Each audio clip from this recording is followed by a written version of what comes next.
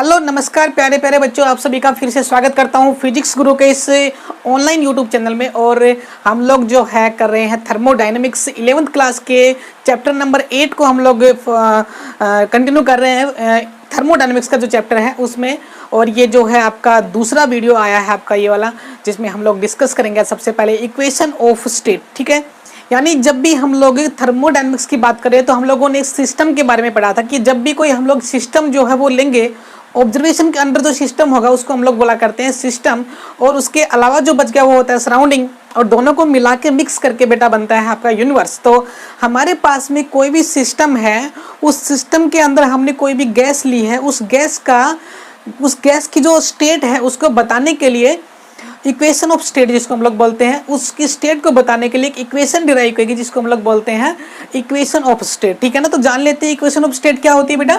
Equation of state जो होती है, ये सबसे पहले ये जो इसको हम लोग बोला करते हैं आइडियल गैस इक्वेशन। ठीक है ना, ideal gas equation.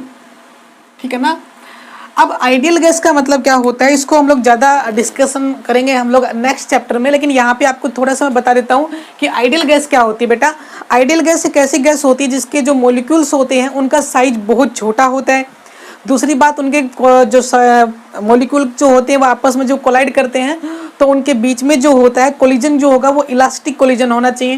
There is no loss of energy during the collision. और ये चीज़ें जो क्वालिटी जो है आपकी आइडियल गैस में होनी चाहिए, सभी मॉलिक्यूल्स का साइज सेम होना चाहिए, और जो आपका कोलिजन होता है वो आइडियल होना चाहिए, इलास्टिक होना चाहिए। लेकिन ऐसा पॉसिबल वैसे नहीं होता है, तो आइडियल गैस इक्वेशन केवल आइडियल गैस के लिए एप्लीकेबल होगी।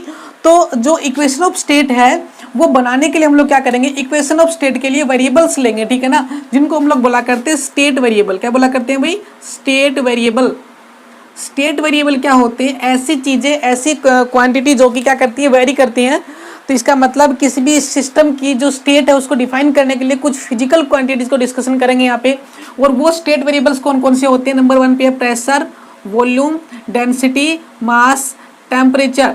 Pressure, volume, mass, density, temperature, इस तरह की जो चीज़ें होती हैं इनको हम लोग बोला करते हैं स्टेट वेरिएबल्स। ठीक है ना, यानी किसी भी गैस की स्टेट को बताने के लिए ये वेरिएबल्स जो है इंपॉर्टेंट होते हैं कि उस गैस का प्रेशर कितना है, उस गैस का टेम्परेचर कितना है, उस गैस की वॉल्यूम कितनी है। ठीक है ना, अब कहता है कि जो वेरिएबल्स होते हैं इनके बीच में किस रिलेशन आएगा जिसको हम लोग बोलते हैं इक्वेशन ऑफ स्टेट, जो कि होती है PV is equal to nRT। PV is equal to होता है बेटा nRT। ये होती है आपकी आइडियल गैस इक्वेशन, या फिर इसको हम लोग बोल सकते हैं इक्वेशन ऑफ स्टेट। ठीक है, तो आइडियल गैस इक्वेशन में बेटा क्या होता है, यहाँ पे जो P है ये आपका प्रेशर को रिप्रेजेंट करेगा, प्रेशर को रिप्रेजेंट करेगा। यहाँ पे जो V है वो आपका वॉल्यूम को रिप्रेजेंट करेगा, और यहाँ पे जो T है वो टेम्परेचर को रिप्रेजेंट करेगा, नॉट टाइम। ठीक है ना, इतनी चीजें आपको पहले से पता होती हैं। ठीक है ना, अब प्रॉब्लम कहाँ पे आएगी आपको, प्रॉब्लम आएगी आपको R और N के बीच में। तो जो N होता है बेटा उसको हम लोग बोलते हैं number of molecules of A gas in the given system और गिवन सैंपल। उस गिवन सैंपल में कितने नंबर ऑफ मोल्स जिसके गैस के हैं वो n होता है। और जो आपका बच गया r, इस r को हम लोग बोला करते हैं r is the universal gas constant. क्या बोलते हैं बेटा, यूनिवर्सल गैस कांस्टेंट। और इसकी जो वैल्यू होती है वो होती है 8.314 जूल पर किलोग्राम। ठीक है ना, ये जो होता है इसको हम लोग बोलते हैं यूनिवर्सल गैस कांस्टेंट, जिसकी वैल्यू होती है 8.314। ये यूनिवर्सल कांस्टेंट होता है। ये हमेशा जब भी हम लोग डिस्कशन करेंगे गैसेज के बारे में, स्टडी करेंगे, तो ये कांस्टेंट क्या होता है बेटा, सेम होता है। ठीक है ना, तो ये हो गई आपकी आइडियल गैस इक्वेशन, ये हो गए आपके स्टेट वेरिएबल्स। और इन स्टेट वेरिएबल के बीच में रिलेशन डिफाइन किया गया जिसको हम लोग बोलते हैं इक्वेशन, या फिर आइडियल गैस इक्वेशन, या फिर आपका इक्वेशन ऑफ स्टेट, जो कि आपकी PV is equal to nRT होती है। और डिफरेंट जो क्वांटिटी है उसको मैंने डिस्कस कर दिया कि कौन सी क्वांटिटी क्या रिप्रेजेंट करती है। वेरी इंपॉर्टेंट की चीज़ क्या है यहाँ पे, R जो कि यूनिवर्सल गैस कांस्टेंट है, जो हमेशा अपने को याद रखना है, 8.314 जूल पर किलोग्राम होता है। ठीक है ना, ये हो गया आपका आइडियल गैस इक्वेशन का। ठीक है ना, अब देखो जो है, अब मैं क्या करता हूँ, नेक्स्ट जो टॉपिक लेके चलते हैं वहाँ पे हम लोग लेके चलेंगे। यहाँ पे मैं लिख रहा हूँ एक्सटेंसिव वेरिएबल्स। मैंने ऊपर जितने भी आपके स्टेट वेरिएबल्स लिखे हैं, इन स्टेट वेरिएबल्स को मैं क्या करता हूँ, दो डिफरेंट कैटेगरी में क्या करता हूँ, डिफरेंशिएट करता हूँ, ठीक है ना, कैटेगराइज करता हूँ, ठीक है। तो मैंने जो ये वेरिएबल्स इनको दो कैटेगरी में डाल दिया। पहला जो कैटेगरी है वो क्या है आपकी एक्सटेंसिव वेरिएबल, और दूसरी जो कैटेगरी होती है उसको हम लोग बोलेंगे इंटेंसिव वेरिएबल। तो एक्सटेंसिव वेरिएबल क्या होते हैं, they do not change with change in system. अगर हम लोग सिस्टम को चेंज कर दें, अगर हम लोग क्या कर दें, सिस्टम को ही चेंज कर दें, तो सिस्टम को चेंज करने के बाद में इन स्टेट वेरिएबल्स में कोई भी चेंजमेंट ना आए, तो उसको हम लोग बोलते हैं एक्सटेंसिव वेरिएबल्स, ठीक है ना। इसको हम लोग एक एग्जांपल्स के थ्रू समझते हैं। मेरे पास में कोई सैंपल है गैस का, ये लीजिए एक आपका जो बॉक्स हो गया, इस बॉक्स से मैंने गैस का सैंपल ले लिया है, बहुत सारी गैस मैंने यहाँ पे डाल दी है, ठीक है ना। अब क्या होगा, देखो यहाँ पे इस गैस का जो प्रेशर है वो क्या है, यहाँ पे मैं क्या करता हूँ, इस गैस का जो प्रेशर है वो कितना मान लेता हूँ, P मान लेता हूँ, वॉल्यूम V मान लेता हूँ, मास M मान लेता हूँ, डेंसिटी ρ मान लेता हूँ, टेम्परेचर T मान लेता हूँ, ठीक है ना। और ये सब चीज़ें हम लोगों ने इसकी मान ली, pressure, volume, mass, density and temperature, ठीक है ना। Pressure, mass, volume, density and temperature, ठीक है ना। और एक हम लोगों ने पढ़ी थी क्या, इंटरनल एनर्जी, वो भी हम लोग मान लेते हैं, वो U होती है, इंटरनल एनर्जी, ठीक है। अब देखो क्या होता है, इस पूरी गैस का टेम्परेचर T मान रखा है, इस पूरी गैस का वॉल्यूम V है, इस पूरी गैस का प्रेशर भी P है। प्रेशर कैसे निकालते हैं, इस गैस मॉलिक्यूल्स के द्वारा इस जो आपका कंटेनर जो है इसकी वाल्स पे कितना प्रेशर लगा हुआ है, ठीक है ना, वो प्रेशर होता है। अब देखिए मैं क्या करता हूँ, इस कंटेनर को बिल्कुल बीचों बीच पार्टीशन कर देता हूँ इसका विद एडियाबैटिक वाल, ठीक है ना। एडियाबैटिक वाल का मतलब होता है इंसुलेटिंग, कैसा होता है, इंसुलेटिंग वाल। मैंने एक दीवार जो है इसके बीच में लगा दी, मैंने इसको पार्टीशन में कर दिया, अलग अलग कर दिया है, दोनों को आधा आधा हिस्सा बांट दिया, ठीक है ना। अब ये पूछा जाएगा कि इन दोनों सिस्टम का, अभी सिस्टम ए और बी है, सिस्टम ए और बी की ऐसी कौन कौन सी वेरिएबल्स हैं जो क्या रहने वाले हैं, चेंज नहीं होंगे, ठीक है ना। जैसे कि अभी जो है चेक करेंगे पहले वाले कंटेनर में, इस वाले में गैस जो है उसका प्रेशर कितना है, यहाँ पे जो गैस है उसका प्रेशर कितना है। अगर दोनों का प्रेशर सेम आता है तो हम कहेंगे कि this is the extensive variable, है ना। ये कैसा होता है आपका एक्सटेंसिव वेरिएबल होता है, ठीक है ना। यहाँ पे लिख दिया हम लोगों ने, एक्सटेंसिव वेरिएबल में क्या होता है, जो कि आपका चेंज होता है, ठीक है ना। मैं यहाँ पे थोड़ी सी मिस्टेक कर रहा हूँ, एक्सटेंसिव का मतलब होता है they are changing with time. ऐसे वेरिएबल्स जो कि सिस्टम के चेंज होने से चेंज हो जाते हैं उनको हम लोग बोलते हैं एक्सटेंसिव वेरिएबल्स, ठीक है ना। तो कौन कौन सी क्वांटिटी है जो चेंज हो रही है, तो देखो प्रेशर दोनों का जो होगा वो बिल्कुल सेम होगा। जितना प्रेशर ये वाली गैस लगाएगी उतना ही प्रेशर ये वाली गैस लगाएगी। प्रेशर जो होता है उस सिस्टम की क्वांटिटी पे डिपेंड नहीं करती, यानी उसकी जो सिस्टम में चेंज आ रहा है, मतलब उसकी साइज की बात करें, सिस्टम का साइज अगर मैं छोटा बड़ा कर दूं तो उसमें क्या चेंजमेंट आएगा। तो देखिए मैंने बड़े सिस्टम का साइज मैंने छोटा करके दो अलग अलग सिस्टम बना दिए, तो पता करना चाह रहे हैं कि अब इन दोनों सिस्टम का जो प्रेशर है वो सेम होगा कि नहीं होगा। तो प्रेशर बिल्कुल सेम रहेगा, लेकिन यहाँ पे बोल रहा है they are change with change in system. System में चेंज होने पे उनमें चेंज आएगा, लेकिन प्रेशर में तो चेंज नहीं आ रहा, प्रेशर तो सेम है। तो यहाँ पे pressure is not the extensive variable. वो कौन सा होता है, इंटेंसिव वेरिएबल होता है जो कि चेंज होता है, ठीक है ना, उसको लोग बोलते हैं इंटेंसिव वेरिएबल। तो देखिए यहाँ पे मैं 3 एग्जाम्पल लिख रहा हूँ। प्रेशर को मैं छोड़ देता हूँ, प्रेशर चेंज नहीं होता, सेम रहता है। दूसरा टेम्परेचर चेंज नहीं होता, सेम रहता है। तीसरा इंटरनल एनर्जी जो है वो चेंज हो जाएगी लेकिन डेंसिटी चेंज नहीं होगी। तो यहाँ पे मैं 3 एग्जाम्पल ले रहा हूँ, volume, internal energy and mass, ठीक है ना। ये 3 चीजें मैं यहाँ पे लिख रहा हूँ, यानी दोनों की जो वॉल्यूम है वो चेंज हो गई। पहले वॉल्यूम V थी, अब देखें तो वॉल्यूम कितनी हो गई है बताओ। इसकी जो वॉल्यूम हो गई है V/2 हो गई है, इसकी जो वॉल्यूम है V/2 हो गई, यानी मैंने गैस को बिल्कुल आधा आधा पार्टीशन कर दिया है, तो उससे उनकी वॉल्यूम भी क्या हो जाएगी, हाफ हो जाएगी। तो वॉल्यूम में चेंज आया। They are change with change in system और साइज का चेंज करने पे चेंजमेंट होती है, ठीक है ना। नेक्स्ट जो आपका क्या है, मास। देखिए मास भी जो टोटल मास m था, लेकिन अभी जो मास हाफ हो गया तो m/2 और m/2। और थर्ड नंबर पे है internal energy. Internal energy depend करती है कि उनके जो नंबर ऑफ मॉलिक्यूल्स है उनमें कितना कोलिजन होता है। यहाँ पे नंबर ऑफ मॉलिक्यूल्स कम हो गए हैं, हाफ हो गए, तो हाफ होने से कोलिजन भी कम होगा, इसलिए उनकी जो इंटरनल एनर्जी वो भी क्या हो जाएगी बताओ, हाफ हो जाएगी, ठीक है ना। ये तीनों क्वांटिटी चेंज हो रही है। अब नेक्स्ट सेकंड वन कौन सा आपका, इसको हम लोग बोलेंगे इंटेंसिव वेरिएबल। तो इंटेंसिव वेरिएबल्स को समझना बिल्कुल अब आसान हो गया आपके लिए।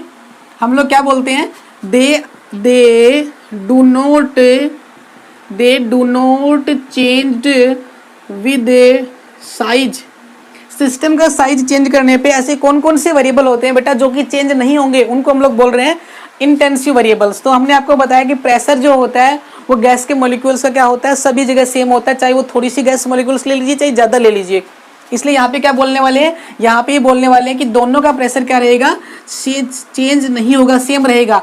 दूसरी बात, जो टेम्परेचर है गैस का, मान लीजिए कि मैंने यहाँ पे पूरे कंटेनर में कुछ गर्म पानी लिया और उस गर्म पानी का टेम्परेचर 40 डिग्री सेल्सियस था। अब मैंने उसको बिल्कुल बीच में पार्टीशन कर दिया, तो इधर वाले पानी का टेम्परेचर भी 40 डिग्री सेल्सियस है और उधर वाले पानी का टेम्परेचर भी 40 डिग्री सेल्सियस है। That's why the temperature of the both the system is same.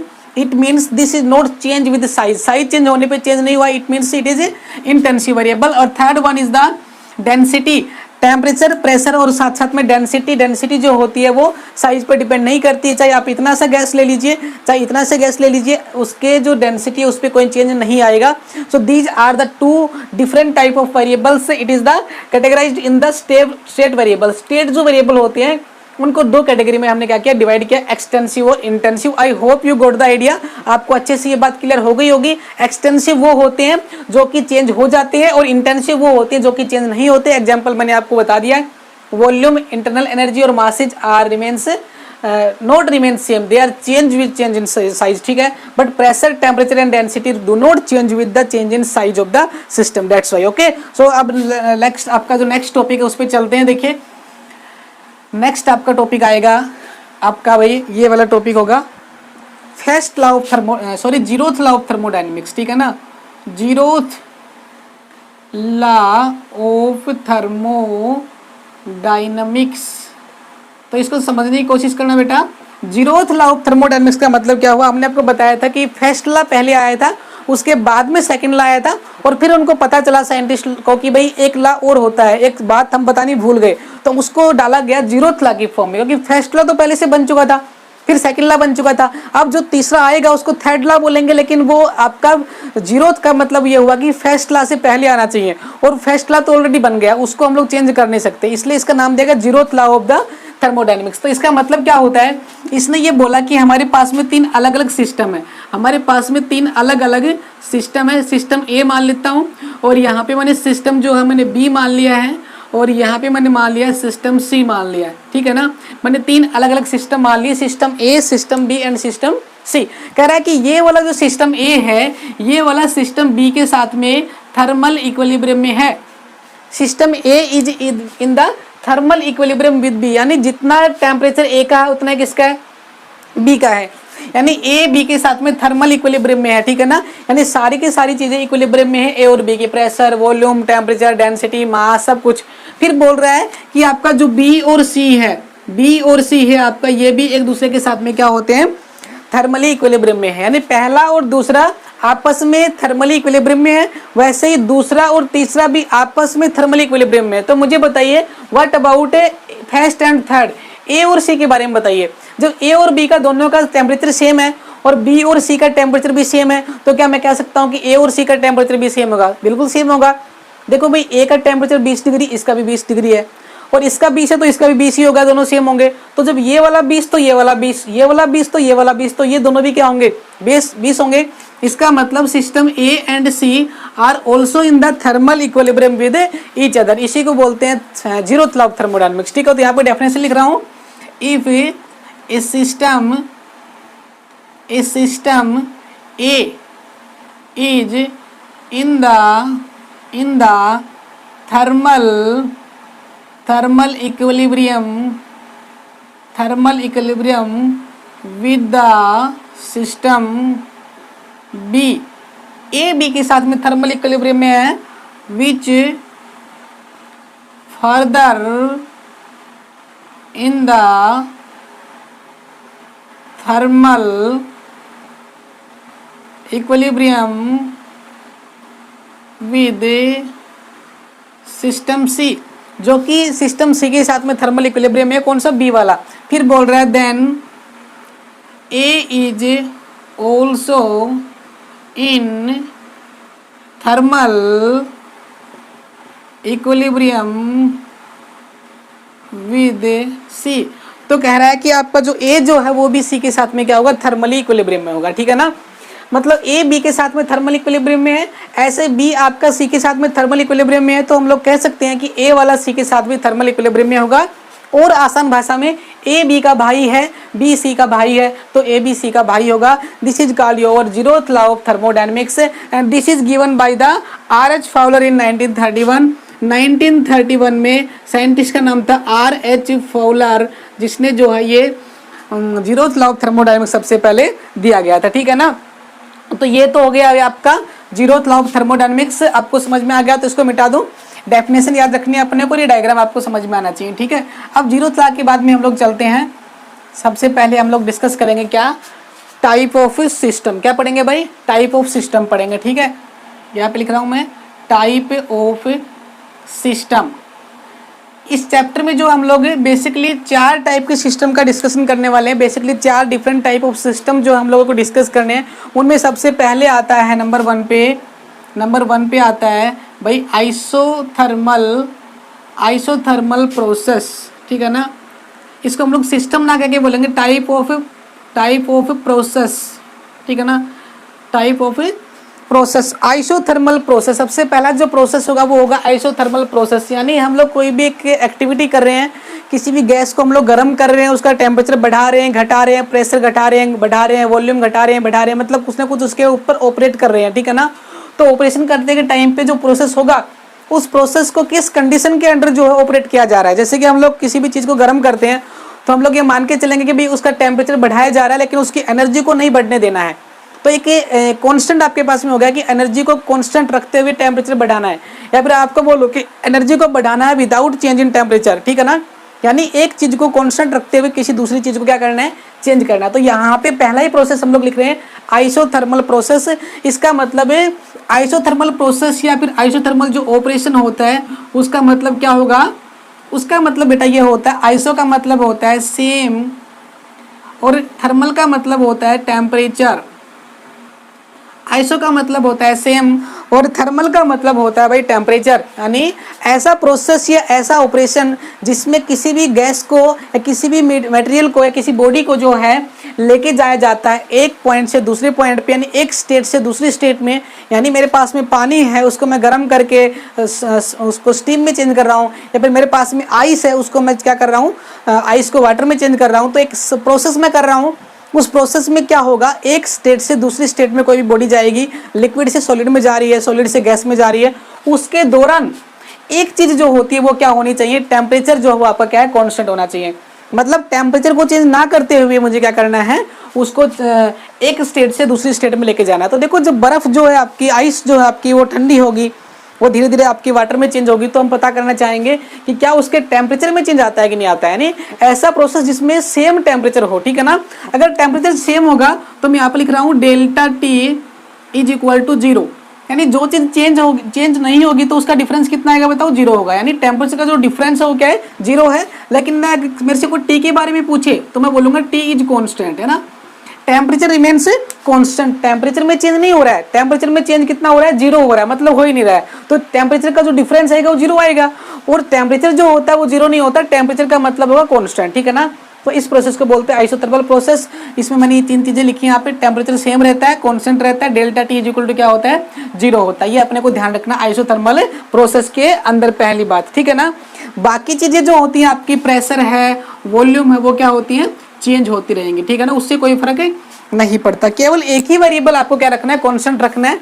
और ऐसे प्रोसेस को हम लोग बोलते हैं आइसोथर्मल प्रोसेस। हम लोग जो है इसको डिस्कस करेंगे डिटेल में पूरे को, कि आइसोथर्मल प्रोसेस कैसे होता है, एग्जांपल क्या होते हैं, कैसे इसको डिस्कस किया जाएगा, इसमें वर्क डन कितना होगा, वो सब हम लोग आगे डिस्कस करेंगे। सेकंड नंबर पे मैं लिख रहा हूँ यहाँ पे भाई एडियाबैटिक प्रोसेस। इसका मतलब क्या होता है एडियाबैटिक प्रोसेस, ठीक है ना, इसका मतलब होता है Q is equal to constant.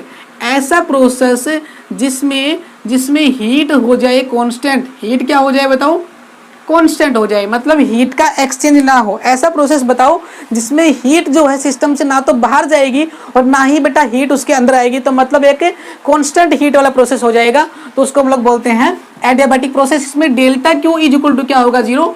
Q को मानता हूं मैं हीट कांस्टेंट है, तो डेल्टा क्यू क्या आएगा, 0 आएगा। नंबर 3 वाला प्रोसेस है बताओ आपका आइसोकोरिक प्रोसेस। आइसोकोरिक या इसका दूसरा नाम होता है भाई आइसोवॉल्यूमिक प्रोसेस। जैसा कि नाम से पता चल रहा है, आइसोवॉल्यूमिक का मतलब है वॉल्यूम जो होती है वो क्या होती है बताओ, कांस्टेंट होती है, चेंज नहीं होती, तो डेल्टा वी कितना होगा बताओ, 0 होगा। आइसोकोरिक प्रोसेस में जो है डेल्टा वी क्या होता है, 0 होता है। नेक्स्ट आपका नंबर 4 पे आपका होता है isobaric process. Isobaric process, isobaric का मतलब क्या होता है, जैसे कि आप देख पा रहे हैं बार इसमें आया, बार का मतलब होता है प्रेशर, तो यहाँ पे प्रेशर क्या रहेगा बताओ, कांस्टेंट रहेगा। Pressure remains constant then delta P is equal to 0 यानी जो भी क्वांटिटी कांस्टेंट होगी उसका डिफरेंस क्या आएगा बताओ, 0 आएगा। यहाँ पे डेल्टा पी 0 है आइसोबारिक में, यहाँ पे डेल्टा वी 0 है आइसोकोरिक में, यहाँ पे डेल्टा क्यू 0 है आइडियाबैटिक में, और यहाँ पे आइसोथर्मल में डेल्टा टी 0 है। ये सारे प्रोसेस आपको याद रखने हैं। 4 टाइप के प्रोसेस आपको डिस्कस करने हैं, इनको हम लोग बारी बारी से डिटेल में पढ़ेंगे, क्योंकि आपके आइसोथर्मल होते हैं वो फिर 2 टाइप के होते हैं, एडियाबैटिक होते हैं वो भी 2 टाइप के होते हैं, तो हमको वो सब चीज़ें डिटेल में पढ़नी है, ठीक है। तो आज की क्लास में इतना ही। हम लोगों ने जो है क्या क्या पढ़ा, स्टेट वेरिएबल पढ़ा, इक्वेशन ऑफ स्टेट पढ़ी, आइडियल गैस इक्वेशन पढ़ी, PV is equal to nRT. R को हमने सीखा कि आर क्या होता है, गैस कांस्टेंट होता है, उसकी वैल्यू हमको याद होनी चाहिए, 8.314 जूल पर केजी होता है। इसके अलावा हम लोगों ने क्या पढ़ा, zeroth law of thermodynamics. Thermodynamics का जो जीरोथ लॉ हम लोगों ने पढ़ा, बहुत आसान था। ए बी का भाई है, बी सी का भाई है, तो ए बी सी का भाई होगा। एक सिस्टम जो होता है थर्मल इक्विलिब्रियम में होता है, दूसरे के साथ में, दूसरा तीसरे के साथ में, तो पहला और तीसरा भी थर्मल इक्विलिब्रियम में होगा। और उसके बाद में हम लोगों ने पढ़ा था क्या कि कितने टाइप के प्रोसेस होते हैं, टोटल 4 टाइप के प्रोसेस होते हैं जो हमने। नेक्स्ट वीडियो में फिर मिलते हैं, तब तक के लिए thank you, have a nice day.